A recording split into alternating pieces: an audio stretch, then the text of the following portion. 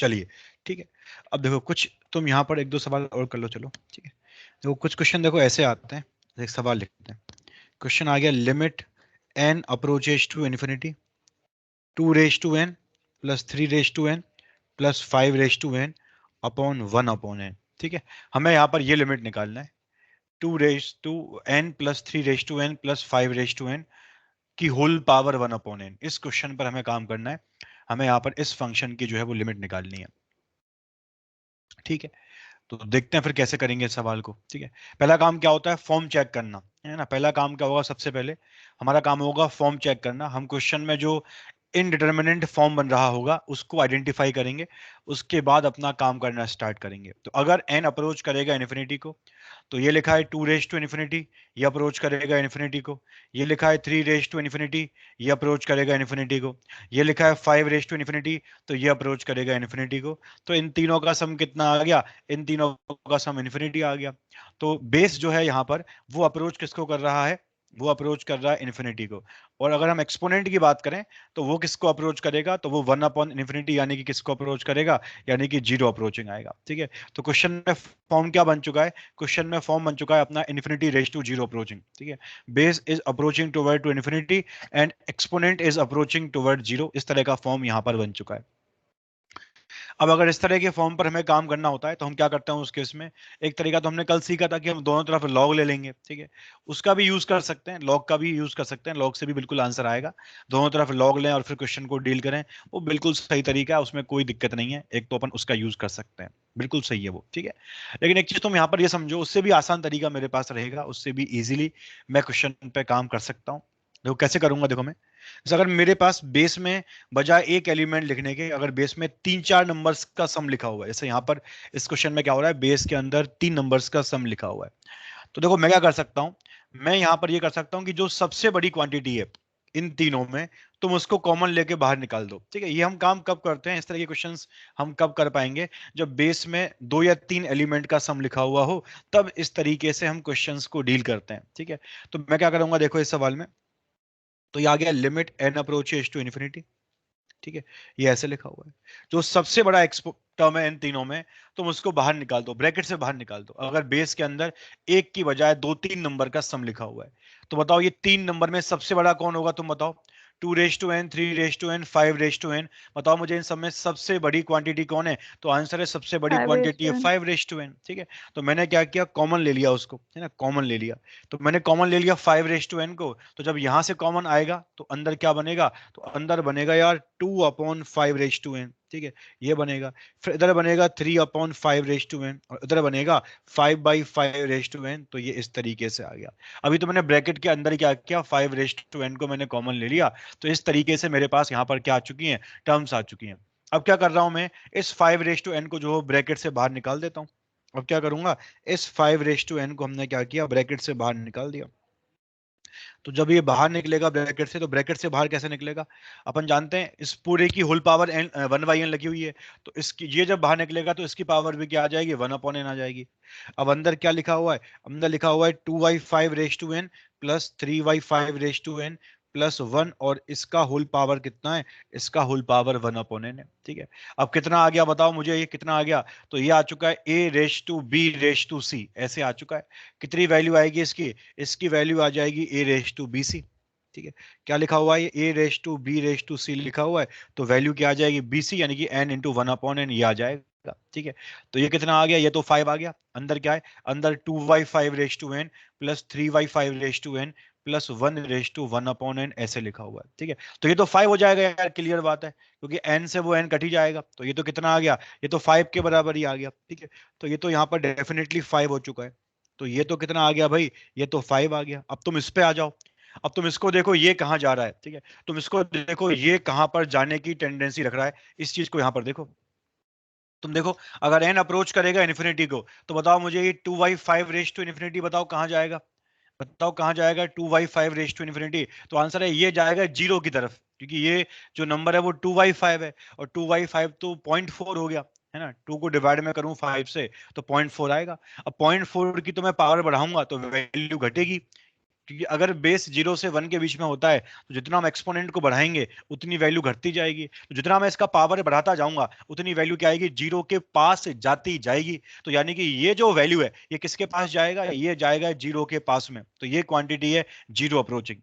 Same कहानी यहां पर है, 3y5, 3y5 मतलब 0.6, तो ये नंबर भी 0 से 1 के बीच में, जितना मैं इसका एक्सपोनेंट बढ़ाता जाऊंगा उतनी वैल्यू घटती जाएगी। तो अभी तो मुझे एक्सपोनेंट इन्फिनिटी करना है, इसका मतलब ये नंबर 0 के एकदम पास पहुंच जाएगा, तो ये भी 0 अप्रोचिंग है। और ये तो 1 लिखा हुआ है, ये तो 1 लिखा हुआ है।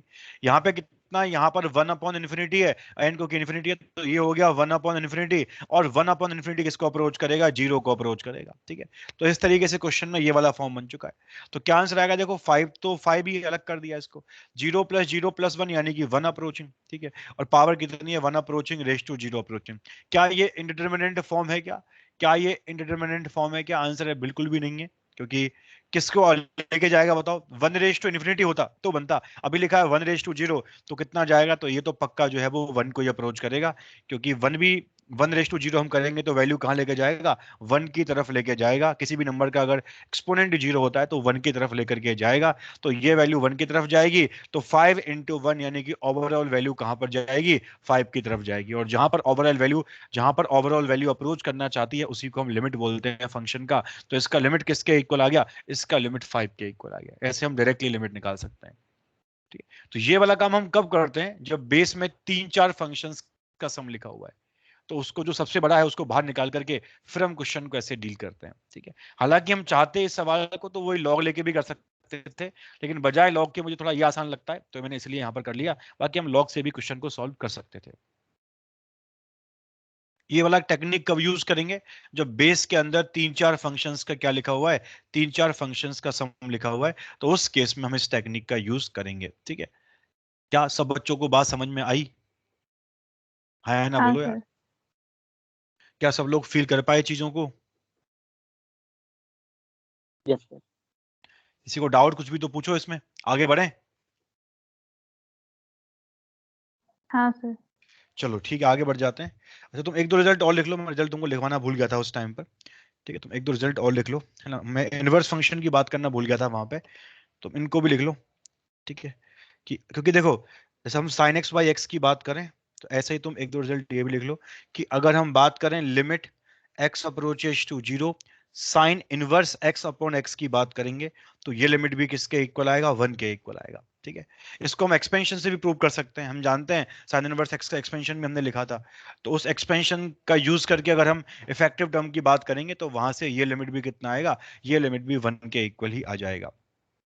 ठीक है, कंडीशन यहां पर भी वही फॉलो होंगी कि sine inverse something upon something वाला फॉर्म बनना चाहिए, और जो समथिंग लिखा हुआ है वो कैसा होना चाहिए, वो होना चाहिए 0 अप्रोचिंग। ठीक है, तो अगर ये दोनों कंडीशंस फुलफिल होंगी तभी लिमिट कितना आएगा इसका, तभी इस फंक्शन का लिमिट 1 के इक्वल आएगा। ठीक है, तो वही वाली कंडीशन जो साइन एक्स अपॉन एक्स के लिए आई थी ना, अगर वही कंडीशन इसके लिए भी फॉलो होंगे तो ये भी कितना आएगा, ये भी 1 के इक्वल आएगा। ठीक है, सेकंड लिखो सिमिलरली, अगर हम मान लो सिमिलर वे में अगर हम ten inverse x upon x की बात करें, ten inverse x upon x की, तो ये लिमिट भी किसके इक्वल आएगा, ये लिमिट भी 1 के इक्वल आएगा। अगर ten inverse x upon x की लिमिट निकाली जाएगी तो ये भी 1 आएगा। इसको भी हम एक्सपेंशन से प्रूव कर सकते हैं, हमारे पास एक्सपेंशन है, या फिर तुम चाहो तो ऐसे भी प्रूव कर सकते हो उसको कि तुम एक्स को टेन थीटा मान लो, है ना, तो टेन इनवर्स टेन थीटा फिर थीटा बन जाएगा, और नीचे तुम्हारे पास टेन थीटा आ जाएगा, तो उससे भी तुम कर सकते हो, वहां से भी ये लिमिट 1 के इक्वल आ जाएगी। तो किसी भी एक तरीके से या तो एक्सपेंशन का यूज करके या हम डायरेक्टली एक्स को टेन थीटा से सब्स्टिट्यूट करके भी यहाँ पर इस लिमिट को निकाल सकते हैं। तो जैसा काम साइन एक्स वाई एक्स के लिए था या फिर टेन एक्स वाई एक्स के लिए था, ऐसा ही काम sine inverse x y x के लिए या tan inverse x y x के लिए कर सकते हैं। दोनों ही फंक्शंस की लिमिट 1 आएगी, प्रोवाइडेड दैट जो अंदर लिखा हुआ है वो डिवाइड में लिखा हुआ होना चाहिए और दोनों क्वांटिटीज 0 की तरफ अप्रोच करनी चाहिए, तभी लिमिट कितना आएगा, तभी ये लिमिट 1 के इक्वल आएगा। क्लियर है बात सबको ये वाली। हाँ सर। Yes sir. अब देखो होता क्या है यार, कई बार तुम क्वेश्चन देखोगे, जैसे तुम क्वेश्चंस करोगे, कई बार क्वेश्चन जे में भी आते हैं इस तरह के, कि उनमें क्या होता है कि जैसे कि वो क्या करता है, जैसे अपन ये बोलते हैं कि साइन एक्स वाई एक्स की लिमिट 1 आती है, ठीक है, लेकिन वो साइन एक्स वाई एक्स की लिमिट पूछने की बजाय वो पूछता है हमसे साइन एक्स वाई एक्स के जीआईएफ की लिमिट कितनी आएगी। वो हमसे ये पूछता है कि sin x अपॉन x के GIF का लिमिट क्या आएगा, tan x by x के GIF का लिमिट क्या आएगा, वो हमसे क्वेश्चन में इन चीजों की डिमांड करता है। ठीक है, तो GIF पे काम कैसे करते हैं इसको भी अपन एक बार समझ लेते हैं। ठीक है, तो तुम यहां पर एक नोट लिखो, नोट। ठीक है, तुम इसको ऐसे देखो, अगर मैं तीनों फंक्शंस के ग्राफ ले लूं, ठीक है, किस किस के एक, अभी मैं पहले sin x tan x की बात कर रहा हूं। देखो cos इनवर्स के लिए कोई लिमिट नहीं होती, cos इनवर्स के लिए कोई रिजल्ट नहीं होता, सिर्फ sin इनवर्स tan इनवर्स के लिए होता है, पहली चीज तो ये। ठीक है, अभी मैं जैसे मैंने ग्राफ प्लॉट किया y बराबर sin x का, तो ये ग्राफ आता है y बराबर sin x का, ये ग्राफ कुछ ऐसा आएगा y is equal to sin x का। ये ग्राफ होता है y is equal to x का, ये ग्राफ है y is equal to sin x का, और एक ग्राफ आता है किसका, y is equal to tan x का। ठीक है, तो देखो होता क्या है, ये ग्राफ, ऐसा कुछ ग्राफ आता है y is equal to tan x का। ठीक है, तो ये ग्राफ आते हैं जीरो के, अगर हम जीरो के हम हल्का सा राइट में बात करें, जीरो पर तो तीनों फंक्शन इक्वल हैं, अगर मैं x को जीरो लूंगा तो टेन की वैल्यू भी जीरो आएगी, y is equal to x का भी y जीरो आएगा, और अगर मैं x को जीरो लूंगा तो साइन जीरो भी जीरो आएगा। ठीक है, तो x इक्वल टू जीरो पर तीनों फंक्शन इस पॉइंट पर मिलते हैं, और ये पॉइंट क्या है तुम्हारा, ये पॉइंट तुम्हारा है जीरो कॉमा जीरो। तो ये तो ऑब्वियस सी बात है, तीनों पॉइंट, तीनों फंक्शंस मीट करते हैं x इक्वल टू जीरो पर। ये देखो जीरो के आगे क्या होगा, अगर मैं जीरो से हल्का सा भी आगे बढ़ जाऊं, अगर मैं जीरो से हल्का सा भी आगे बढ़ूं, तो देखो सबसे ऊपर ग्राफ किसका रहे इन तीनों में, हम ग्राफिकली देख पा रहे हैं इन tan तीनों x में का। सबसे जो ऊपर ग्राफ है वो 10x फंक्शन का है। फिर जो ग्राफ बीच में है, जो मिडिल वाला ग्राफ है, वो x फंक्शन का है, y बराबर x का।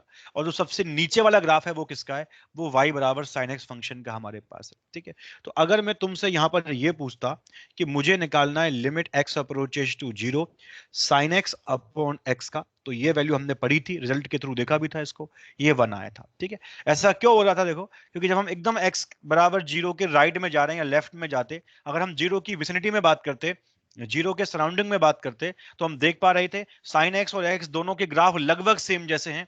अगर हम एकदम जीरो के राइट में जाएं, जितनी वैल्यू हमें y बराबर x दे रहा है उतनी वैल्यू हमें sin x दे रहा है, तो लगभग दोनों के ग्राफ सेम टाइप के थे, दोनों ग्राफ एक ही y दे रहे थे, इसीलिए वैल्यू 1 आ गई। ठीक है, लेकिन अगर हम उस y की वैल्यू को भी हम ऑब्जर्व करें एक बार प्रॉपर्ली, तो देखो दोनों की वैल्यू लगभग सेम टाइप की तो है, लेकिन चूंकि y बराबर x का ग्राफ हल्का सा ऊपर है y बराबर sin x के ग्राफ के, इसका मतलब y बराबर x का जो वैल्यू आएगा, जो x से जो वैल्यू मिलेगा वो हल्का सा बड़ा होगा sin x के रिस्पेक्ट में, क्योंकि हल्का सा ग्राफ ऊपर रहेगा y is equal to x का, y is equal to sine x के रिस्पेक्ट में, जीरो के एकदम पास में।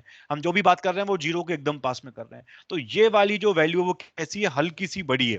जो इसका डिनोमिनेटर है वो कैसा है, हल्का सा बड़ा है, और जो इसका न्यूमरेटर है वो कैसा है, उस वैल्यू के रिस्पेक्ट में हल्का सा छोटा है, हल्का सा छोटा उसके रिस्पेक्ट में। ठीक है, तो अगर मान लो मैंने x को जीरो अप्रोचिंग लिया, मान लो हमारा जो x है वो 0.0000 ऐसे जीरो, फिर कहीं मान लो 199 टाइप का x है, तो उस x पर जो साइन की वैल्यू आएगी ना वो हल्की सी कम आएगी इससे, क्योंकि ग्राफ नीचे है उसका, उसकी वैल्यू कैसी आएगी, 0.0000 ऐसे कुछ 198 टाइप की वैल्यू आएगी, हल्की सी कम आएगी। ठीक है, तो अगर मैं इनका रेशियो ले लूंगा तो रेशियो आएगा 198 अपॉन 199 टाइप का, इस टाइप का रेशियो आएगा, तो वो रेशियो लगभग 1 को अप्रोच करेगा, क्या करेगा, लगभग 1 को अप्रोच कर रहा है, 1 की तरफ जा रहा है, तो उसका मैं लिमिट लूंगा तो कितना लिमिट आता है उसका, उसका लिमिट 1 आता है, जितना अपन जानते हैं।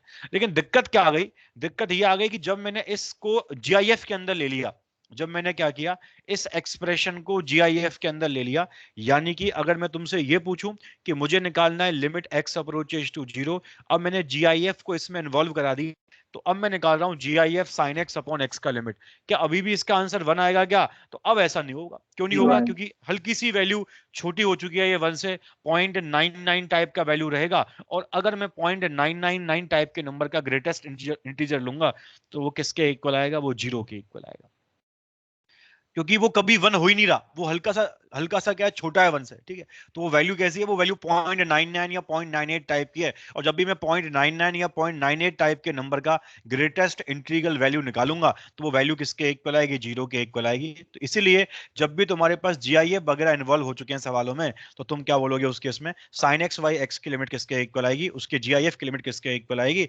जीरो के इक्वल आएगी। क्लियर है बात सब बच्चों को यहां तक, क्लियर है क्या, बोलो यार। हाँ सर।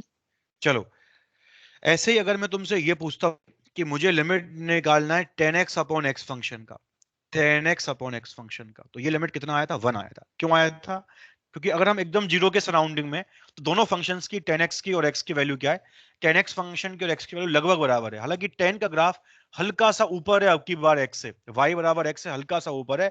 तो लेकिन जैसे मान लो मैं कोई भी x लूंगा तो 10x का जो वैल्यू आएगा वो हल्का सा ही बड़ा आएगा उससे, तो उनका जो रेशियो होगा 10x का और x का वो लगभग 1 की तरफ जा रहा होगा। तो इसलिए हमने क्या बोल दिया कि वो जिस नंबर को अप्रोच करेगा वही लिमिट बनेगी अपनी, तो वो 1 को अप्रोच करता है। ठीक है, लेकिन अगर मैंने यहां पर भी GIF को इन्वॉल्व करा दिया, अगर मैंने यहां पर भी GIF फंक्शन को इन्वॉल्व करा दिया 10x अपॉन x के अंदर, तो अब क्या होगा, तो अब कहानी बदल जाएगी। ठीक है, अब क्या होगा, जैसे अगर मान लो मैंने x की वैल्यू मान लो 0 के पास में 0 पॉइंट ऐसे 1000 जीरो, मैंने फिर मान लो 199 टाइप का ऐसा x ले लिया, ये x 0 के एकदम पास में। अब अगर मैं इस x पर 10 की वैल्यू फाइंड करूंगा तो हमें पता है ग्राफ इसका ऊपर है x के रिस्पेक्ट में, y बराबर x के रिस्पेक्ट में, तो हल्की सी वैल्यू बड़ी मिलेगी, हल्का सा y बड़ा मिलेगा x के रिस्पेक्ट में। तो अब की बार 10x का वैल्यू क्या आएगा, थोड़ा सा बड़ा आ जाएगा। अगर मान लो ये 199 है तो वो 200 टाइप का बिल्कुल पास में ही रहेगा, लेकिन हल्का सा बड़ा हो जाएगा। तो अब अगर मैं रेशियो लूंगा इनका, तो ऊपर मैंने 10x लिखा है, नीचे मैंने x लिखा है, तो मैं इनका रेशियो लूंगा तो ऊपर 200 आ गया, नीचे 199 आ गया। तो इनका रेशियो किस टाइप का आएगा, 1.00 टाइप का आएगा।